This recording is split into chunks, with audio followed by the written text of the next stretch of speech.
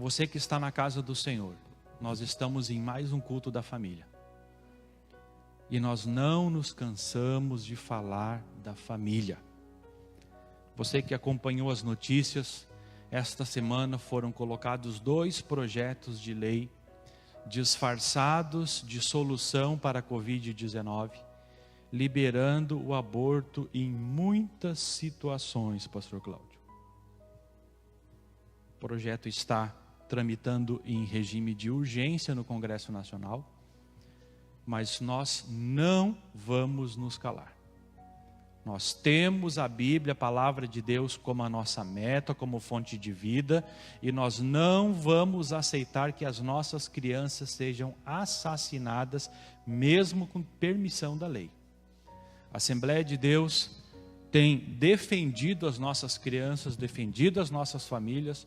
Todos os pastores do Brasil, todos os domingos, têm levantado uma bandeira em defesa da família, e o inferno tem projetado todas as suas forças, utilizando o Congresso Nacional para diminuir ou tentar desfazer as famílias do Brasil.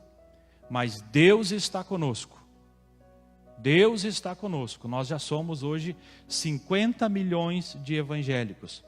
Nos próximos 20 anos nós seremos 100 milhões de evangélicos, segundo as melhores pesquisas. Isto quer dizer, irmãos, que está terminando o tempo desses ímpios no poder. E eles sabem disso. O próximo ministro do STF será um cristão. Você agradeceu a Deus essa semana que o ministro da Educação é um pastor da igreja? Doutor em educação? Que privilégio, né, irmãos? Aleluia, louvado seja o nome do Senhor. Mas nós estamos vigilantes e não recuaremos em nossas posições, porque Deus é conosco e é com a sua igreja. Dito isso, e antes de entrar ainda na palavra do Senhor, eu quero dar um recado para os irmãos que estão na internet. Você que está nos vendo agora de todas as cidades do Rio Grande do Sul. Na sexta-feira, o governador Eduardo Leite assinou uma correção ao decreto estadual. O presidente Bolsonaro, já desde o início da pandemia, tinha colocado as igrejas como serviço essencial. O governo do Rio de Janeiro, a Justiça Federal, através da segunda vara, derrubou o decreto do nosso presidente. Depois foi restaurado o decreto do nosso presidente e as igrejas constam como serviço essencial desde o início da pandemia. Mas o nosso governador do estado do Rio Grande do Sul resistiu até essa data. Mas na sexta-feira, para a honra e a glória do Senhor, o nosso governador Eduardo Leite assinou então o decreto reconhecendo as igrejas como serviço essencial.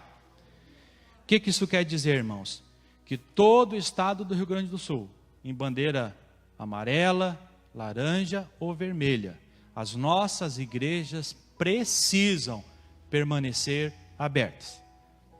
Então você que está ouvindo essa live, vá até o seu prefeito, exija que ele mude os seus decretos municipais, para que reconheça a legislação estadual e federal, e assim todas as nossas igrejas estejam abertas durante a pandemia. Muito bem, irmãos, entrando na palavra de Deus agora, eu tenho uma palavra de Deus para você. Você pode dizer amém? Eu tenho uma palavra de Deus para você. E sei que Deus vai falar contigo. Vão se passar muitos dias, mas nunca mais você vai esquecer do que você vai ouvir aqui nesta noite. A palavra de Deus ainda é fiel, verdadeira e não volta vazia. O Espírito Santo vai te revelar aqui, além do que eu estarei falando, e você vai ouvir a palavra que você precisa. Não sei se é a palavra que você quer, mas vai ser a palavra que você precisa. Porque Deus tem um propósito com seus filhos. Nós estamos passando por dias especiais. E dias especiais precisam de uma palavra especial. E o nosso Deus é especialista nessas coisas. A palavra que eu vos trago da parte de Deus para os vossos corações tem o seguinte tema: o poder do chamado. Você decorou? Aleluia. Vamos repetir todos juntos? O poder. O poder do chamado.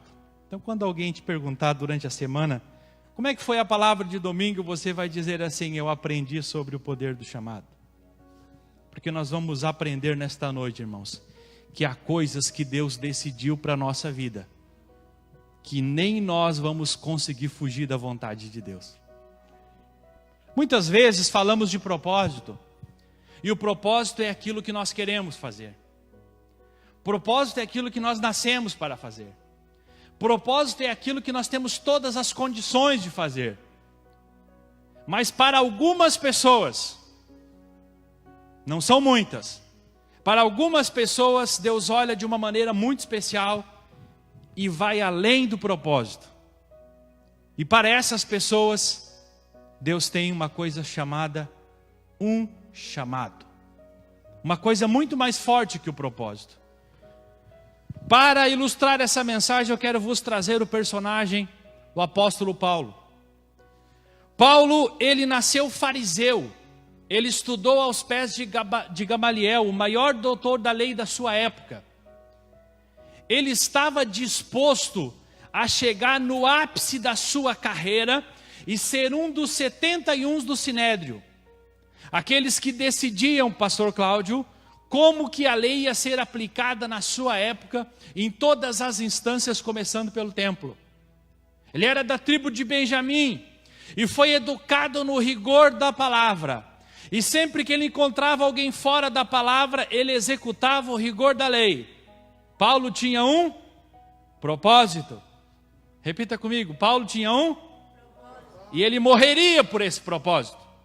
Ele pegava cartas e procurava todos os cristãos de Jerusalém e fora de Jerusalém. E chegou uma época que ele chegou a sair do seu país, procurando pessoas que ele considerava que eram hereges, que estavam fora da palavra de Deus, porque Paulo tinha um propósito.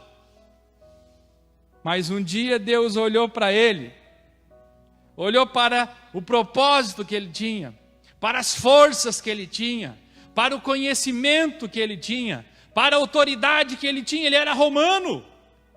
Que privilégio naquela época ser um romano. Nascido em Tarso, a elite dos romanos da época. Mas um dia Deus olhou para ele e disse assim: eu quero mais de ti, Paulo. Eu agora vou te chamar para um chamado.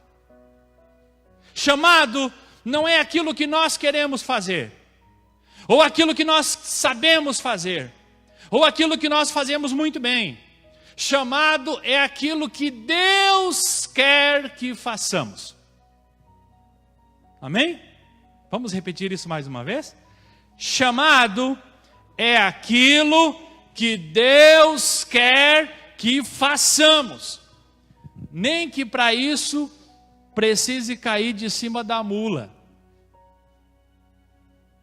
Ao meio-dia, Paulo na sua mula, indo perseguir os cristãos, focado no seu propósito, e Deus lança ele no chão, fica 3 dias e meio cego, porque Deus estava revelando para ele uma coisa muito maior que o propósito dele. Deus estava revelando para ele um chamado. E quero vos dizer, todo chamado implica em renúncia. Quando Paulo escreve aos Filipenses no capítulo 3 e no versículo 5, ele coloca todas as suas qualidades como judeu e como fariseu, mas ao final ele diz assim: mas eu considero isso tudo perda pelo chamado de Cristo. Amém? Todo mundo queria ter o que Paulo tinha. E Paulo disse: eu considero tudo isso perda, porque agora eu tenho um chamado. Todo chamado implica em renúncia, irmãos. Então, quando Deus coloca no seu coração um propósito, você precisa realizar o propósito que Deus colocou no seu coração. Agora, se Deus olhar para você, aleluia, louvado seja o nome do Senhor. Se Deus olhar para você com carinho, aleluia, uma coisa especial, uma coisa íntima, e Deus olhar para você e requerer de você um chamado, você vai ter que renunciar a muita coisa, porque o chamado não é um caminho fácil. O chamado é um caminho de oposição. O chamado é um caminho de rejeição. O chamado é um caminho de incompreensão. O chamado é quando aqueles que você confia olham para você e dizem assim: você está louco. O chamado é quando todos têm plano para você, mas os planos das pessoas são diferentes do plano de Deus. Todo chamado implica em renúncia. Tudo que Paulo havia conquistado, ele teve agora que renunciar e começar do zero. Do ápice de pregar nos melhores púlpitos, ele agora teve que sentar no banco da igreja, Pastor Cláudio, e ficar 15 anos sentadinho no banco da igreja sem ganhar uma oportunidade. Amém? Todos entendendo a palavra do Senhor? Ele teve que voltar para Tarso, o lugar que ele nasceu e cresceu, e foi colocado no ápice da sua carreira como um grande general romano, e lá ele teve que descer para o zero e começar do zero como ninguém. Ninguém mais sabia quem era Paulo. E ele ficou por 15 anos servindo a igreja como diácono, como um completo desconhecido de sua época.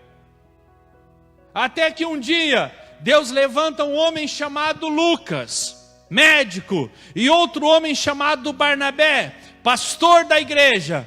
E aí numa reunião muito simples, tipo essa, em torno de 30 pessoas presentes no culto, o Espírito Santo desce no meio da igreja. Aleluia, você pode glorificar o nome do Senhor?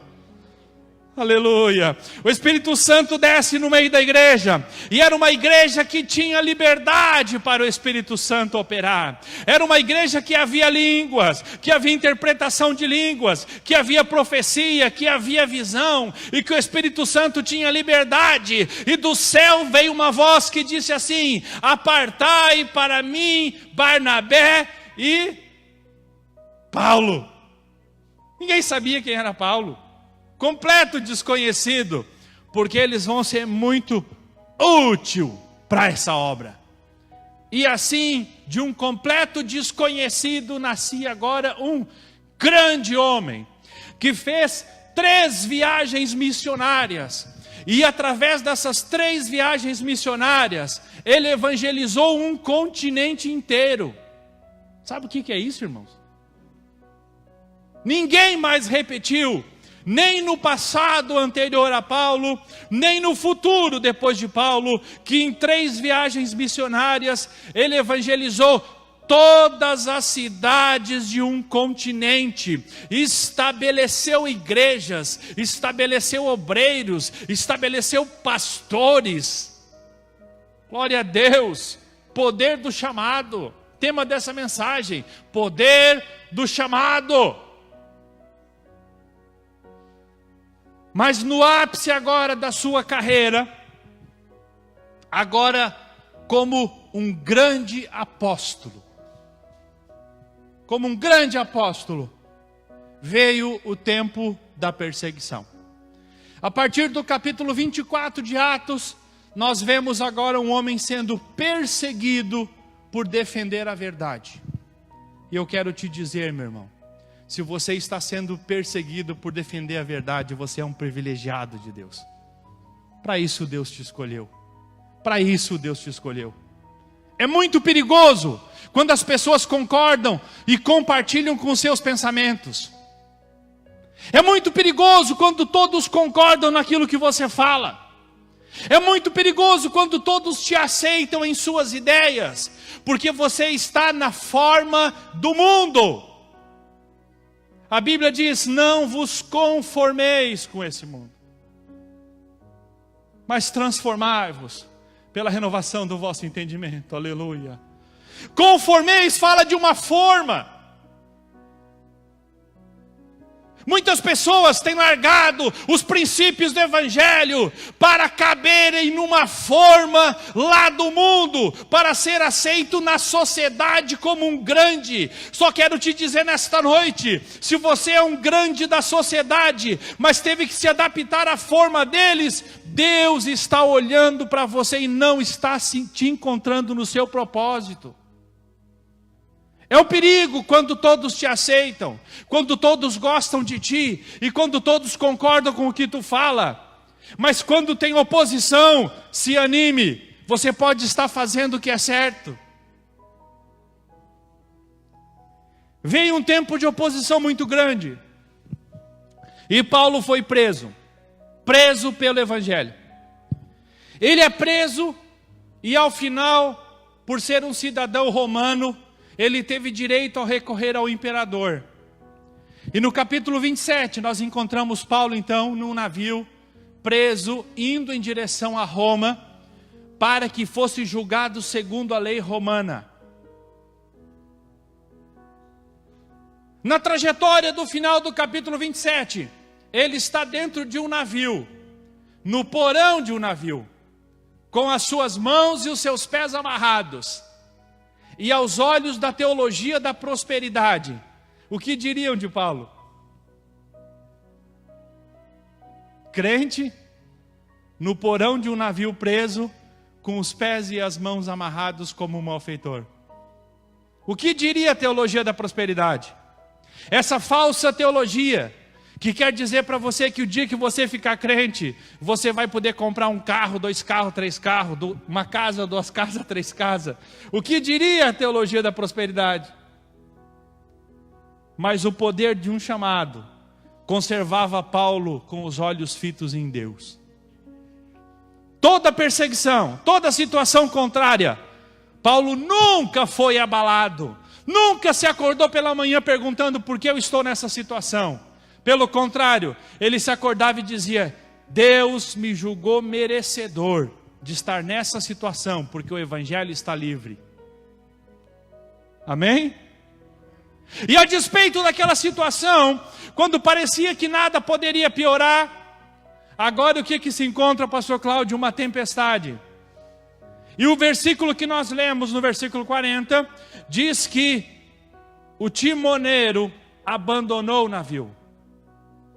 Não havia o que fazer. Ele larga a popa e a proa à deriva. E por causa do vento e por causa das ondas do mar, o navio vai contra um rochedo e para numa praia. E por causa da força do vento e por causa da força do mar, o navio se quebra e afunda naquela praia. Mas diz a palavra de Deus no último versículo que nós lemos, o 44, que agarrados em tábuas, todos se salvaram. Amém?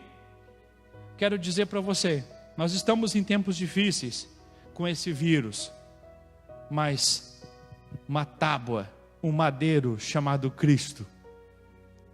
Amém? Amém? Mesmo que o vento é contrário, mesmo que as ondas sejam fortes, Ele vai te levar salvo até a praia. Descanse no Senhor. Nós que temos um chamado, nós que temos um propósito, nós que conhecemos a Cristo, Deus vai cuidar de nós. E diz a palavra de Deus que eles chegaram todos, e a palavra todos é uma palavra muito bonita, porque não deixa ninguém para trás. É a palavra que mais nós vemos no Evangelho, é a palavra de Cristo. Cristo ele não escolhe, ele diz assim: vinde a mim todos. Todos que estáis cansados e oprimidos, vinde a mim, porque eu vos aliviarei. O Espírito Santo olha para todos nós, não discrimina ninguém, e está preparando um povo todo especial, zeloso e de boas obras para levar para o céu. Quando ele chega na praia, Paulo não se questionou, ele não disse assim: o que foi que eu errei? Estou fazendo tudo certo, como é que esse navio foi afundar? Não, ele descansou porque ele tinha um chamado. Amém? Quando entendemos que temos um propósito, ou que temos um chamado, quando a luta é contrária, isso não nos abala, porque sabemos aquele que nos escolheu, que é Cristo. Sabemos a força que há na mão de Deus. Aleluia! Ele não se preocupou. No capítulo 28, a partir do versículo 1, eles então descobrem que haviam aportado numa ilha chamada Malta. Tudo que um preso quer fazer é aportar num continente, né? Para poder fugir. Mas eles foram parar numa ilha e aí não tinha para onde fugir. Mas Paulo não estava fugindo porque ele tinha um chamado.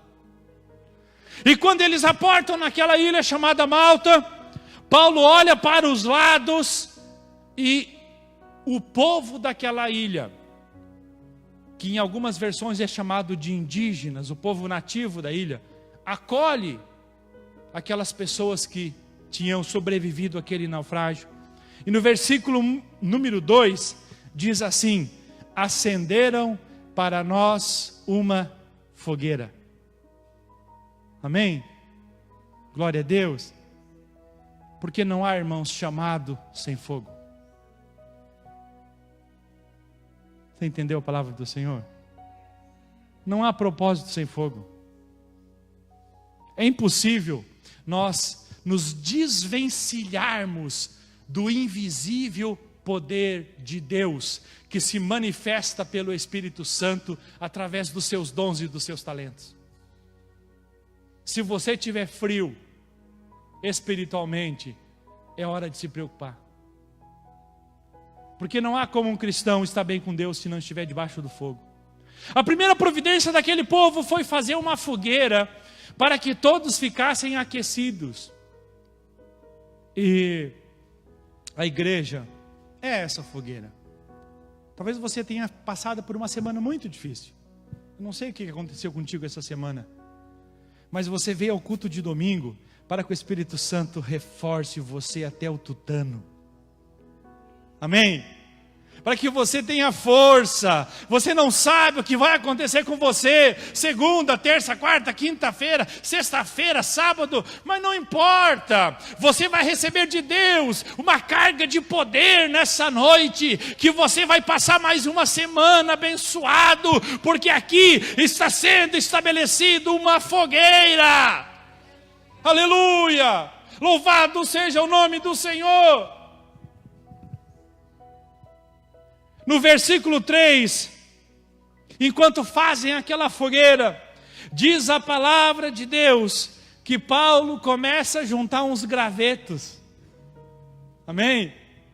Porque o crente é assim, né? Se tem fogueira, ele está juntando uns gravetos, né? Se quando vê alguém falando em línguas, ele já se emociona, já começa a falar com Deus: Deus, eu quero falar em línguas essa noite. Deus, eu não quero voltar para casa do jeito que eu vim.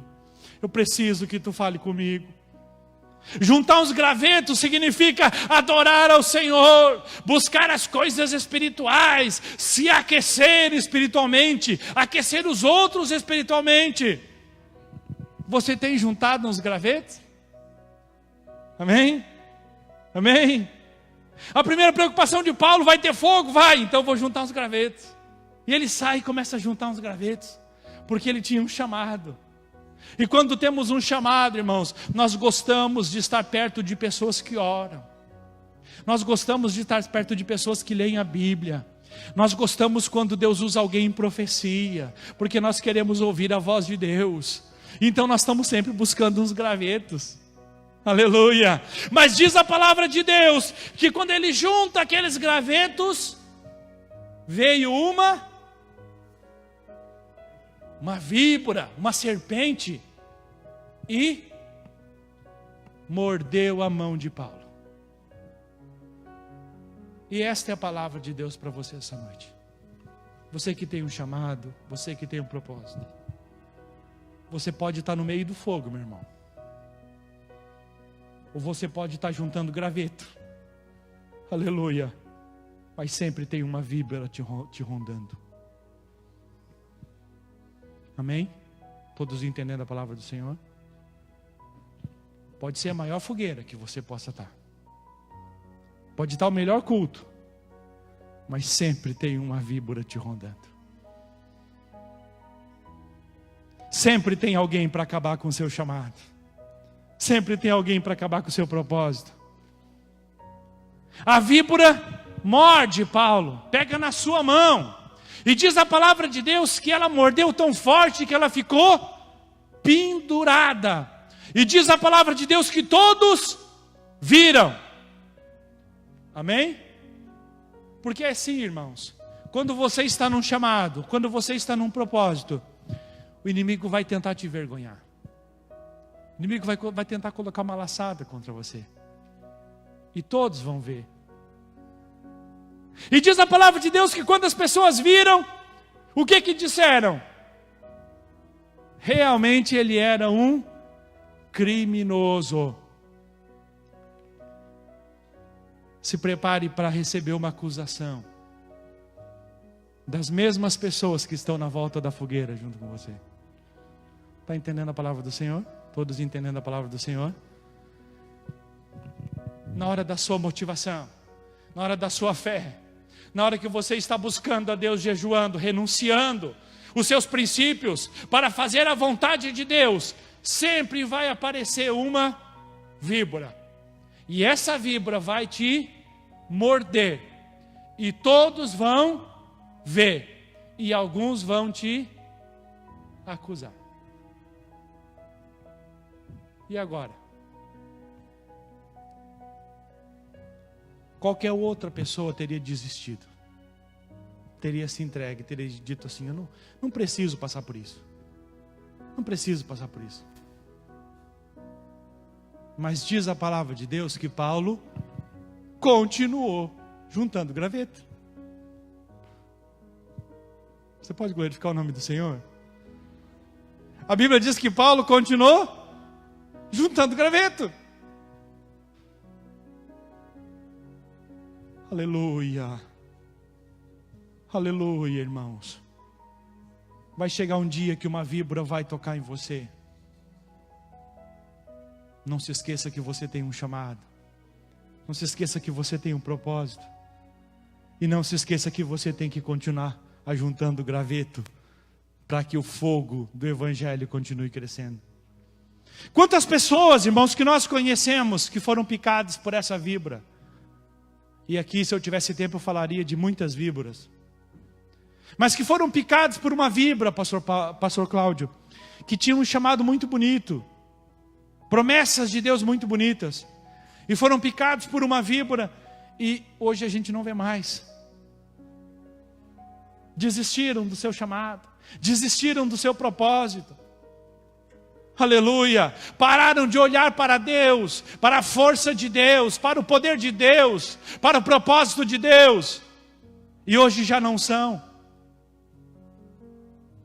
Mas por outro lado, pessoas como Paulo, que mesmo com uma víbora pendurada na sua mão, aleluia, a mão está machucada, irmãos. Não pensa que não doeu, porque doeu. Você está entendendo a palavra do Senhor? Você que já foi vítima de uma calúnia, de uma difamação, te acusaram, tentaram derrubar seu ministério, uma víbora se disfarçou, tentou destruir teu casamento, tentaram estragar o seu emprego, tentaram estragar os seus negócios. Aleluia. Pensa que não doeu? Doeu. Doeu muito a mão de Paulo. O sangue escorria até o seu braço e pingava no seu cotovelo. E Paulo chacoalhava aquela víbora e ela não largava da sua mão. Pensa que não doeu. Pensa que ele não sofreu. Sofreu. Mas diz a palavra de Deus que ele foi até o fogo, pastor Cláudio, e chacoalhou sua mão em cima do... Aleluia. Você pode glorificar o nome do Senhor? É aqui que está a tua cura, meu irmão. É na palavra, é na igreja, é no seu pastor, é nos seus obreiros. É aqui que você precisa se refugiar. Paulo não se escondeu. Paulo não ficou se explicando no Facebook, fazendo textão na internet. Aleluia! Nós precisamos aprender mais do poder da palavra de Deus, meus irmãos. Paulo não ficou se explicando, se justificando. Paulo foi até onde estava a fogueira, e diz a palavra de Deus que ele chacoalhou a sua mão e largou a víbora no fogo. Porque as nossas lutas são espirituais em Deus, não são carnais. A nossa força está em Deus e na força do Senhor. Quando tentarem te derrubar, colocarem armadilhas contra você, contra a sua carreira profissional, contra a sua carreira na igreja, contra o seu casamento, seja o que você estiver fazendo, meu irmão, corra para a fogueira. Vão continuar dizendo, ele é culpado, eu vi a víbora na mão dele. Mas diz a palavra de Deus, que esperaram a noite toda. Amém? Porque quem quer falar mal de você faz plantão, né? Aleluia! Esperaram a noite toda, esperando que ele mudasse de cor. Você não vai mudar de cor, no nome de Jesus. Você não vai mudar de comportamento, no nome de Jesus. Abra sua mão comigo aqui agora. Eu quero abençoar a sua vida. Você não vai mudar o seu discurso. Você não vai mudar a sua história. Mesmo que uma víbora esteja pegando você agora. Oh, glória a Deus. Você vai continuar sendo essa mesma pessoa, no nome de Jesus. Esperavam que ele mudasse de cor. Esperavam que ele começasse a mudar, que ele desmaiasse, que ele caísse. Você não vai cair, você não vai cair, você vai continuar de pé, vai continuar de pé, vai continuar de pé, porque temos um forte que é Cristo. Aleluia! Paulo foi até o fogo e chacoalhou a sua mão, e a víbora caiu no fogo e foi queimada. Porque o fogo de Deus é assim, irmão. Se você é crente, ele queima o seu pecado, ele queima o que não presta. Agora, se você é falso, se preocupe. Se preocupe, porque Deus vai tratar com você. E eu olho, Samuel, eu olho para a mão de Paulo, as marcas. Você carrega marcas? As marcas ficaram. As presas, pastor Cláudio. Ficou ali as marcas na mão dele. Mas Paulo continuava do lado da fogueira, ajuntando graveto e fortalecendo os irmãos. E quando eu penso na víbora, eu não posso esquecer que a víbora, ela tem na ponta da sua língua uma forquilha. Amém? Todos sabem disso? A língua dela, ela se abre em duas, pastor Cláudio. Amém? Porque a víbora na sua frente, ele te bate nas costas e diz assim: você é valoroso. Mas quando você não está perto, fala mal de você.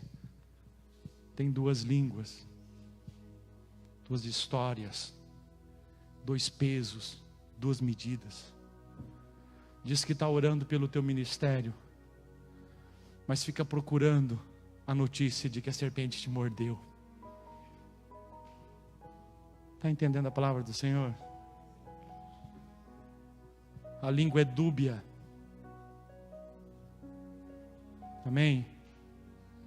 Tanto pode te abençoar como pode te matar. Aleluia. Mas eu quero te dizer que esses vão acabar no fogo.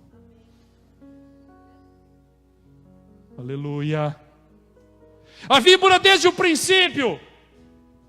O primeiro pecado que aconteceu na palavra de Deus foi quando uma víbora conversou com Eva e colocou aquelas perguntinhas sobre quem era Deus e sobre as palavras de Deus.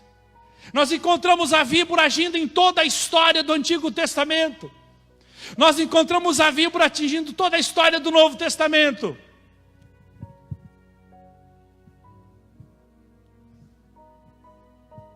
Mas a gente sabe o futuro da víbora. Amém? A Bíblia diz que o diabo foi lançado no lago de fogo. O diabo não sabe o teu futuro. Diga comigo assim: meu futuro. Coloque a mão no coração assim: meu futuro é estar com Deus. Mas eu sei o futuro da víbora. Amém? Quando a víbora for te acusar, porque ela tem duas falas, você vai dizer para ela assim: eu sei o teu futuro. A víbora vai chegar para você e vai dizer: na tua mão tem as marcas. Você vai dizer: mas eu também conheço um. Aleluia, glória a Deus. Eu conheço um que também tem marca nas mãos. Aleluia.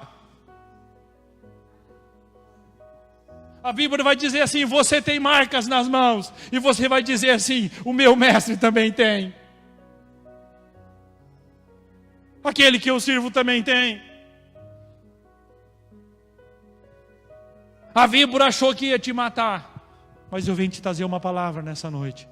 O melhor de Deus para a sua vida ainda não aconteceu. O melhor de Deus ainda está por vir. O melhor de Deus está só começando na sua história. O melhor de Deus está só começando na sua família. O tempo não permite, sou obrigado a concluir. Mas eu quero dizer para vocês que quando chegou de manhã, os acusadores viram que Paulo não tinha mudado de cor, não tinha mudado de ideia, não tinha mudado de pensamento e continuava jogando graveto no fogo. Quero te encontrar assim, meu irmão. Não sei como vai se agravar essa história, mas eu quero te encontrar ainda na volta do fogo, trazendo graveto. E que os teus acusadores, pela manhã, te vejam vivos. Que os teus acusadores pela manhã te vejam prosperando, ainda na volta do fogo. E quando chega pela manhã, vem a notícia: olha, esta ilha tem um senhor muito importante, responsável pela ilha, e o pai dele está muito enfermo. E aí Paulo disse assim: glória a Deus. Agora eu sei por que do vento. Agora eu sei por que as ondas foram tão fortes. Agora eu sei por que o navio afundou. Eu precisava orar por alguém. Entenda, meu irmão, que quando a circunstância for contrária, adversa na sua vida, na verdade a circunstância está te levando para o propósito em Deus. Descanse na circunstância contrária. Paulo glorificou a Deus. Agora eu sei por que eu estou aqui. Onde é que ele mora? O nome dele é Públio. Ele está enfermo à morte. Vou orar por ele. Porque o homem de Deus é assim, a mulher de Deus é assim. Quando vê alguém doente, está vendo uma oportunidade de orar, uma oportunidade de abençoar, uma oportunidade de pregar. Ele foi até a casa. Diz a palavra de Deus que ele orou, impôs as mãos e curou a enfermidade. Amém? Por isso que nós somos crentes, irmãos. É para isso que fomos chamados. Não foi para ter nome, ter carreira, ter posição. Deus nos chamou foi para orar pelos enfermos e eles serem curados. É para isso que fomos chamados. Diz a palavra de Deus que no dia seguinte trouxeram todos os enfermos da ilha. Vamos ficar de pé. Paulo orou por todos os enfermos e todos foram curados. Olha que palavra bonita. Todos de novo. Não ficou nenhum. Não ficou nenhum enfermo. Todos foram curados. Que palavra bonita. Palavra inclusiva. Uma palavra que não deixa ninguém de fora. Uma palavra que nos abraça. Uma palavra que nos compreende. Uma palavra que faz com que deitamos e durmamos. Porque sabemos que nesse todos está nós. Diga assim, bota a mão no peito. Diga assim, eu estou no meio desses. Eu estou no meio desses. Descansamos em Deus. Orou por todos. Todos foram curados. E mais um dia se passou. todos aqueles moradores da ilha chegaram para Paulo e perguntaram: o que você precisa? Amém? E diz o último versículo: nos proveram de todas as coisas necessárias. Porque o nosso Deus é um Deus provedor. Quando nós estamos firmes no chamado ou no propósito, Deus provê tudo o que precisamos. Como você está? Levante a sua mão para o céu e nós vamos orar ao Senhor. Louvado, exaltado e engrandecido é o nome do Senhor.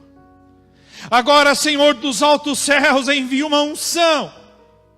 Aquele que está na sua casa nos acompanhando pela internet, aquele que está nos acompanhando dentro de um carro, aquele que está nos acompanhando dentro de um presídio, aquele que está nos acompanhando dentro de uma empresa, preocupado com uma circunstância diversa, aquele que está nos acompanhando dentro de uma igreja. Agora, Senhor, desça dos altos céus uma unção de cura, uma unção de poder, uma unção de libertação, uma unção de transformação, uma unção de vida. Ó Senhor, sara os teus filhos no nome de Jesus. Toda circunstância adversa seja lançada por terra no nome de Jesus. Que esse fogo do céu esteja sobre os teus filhos. Desça, Senhor, dom de línguas, desça dom de profecias, desça, Senhor, dom de visão. Encha, Senhor, os teus filhos. Nos dá, Senhor, uma semana abençoada na tua presença. Esteja à frente dos nossos negócios, esteja à frente dos nossos planos, esteja à frente dos nossos projetos, no nome de Jesus.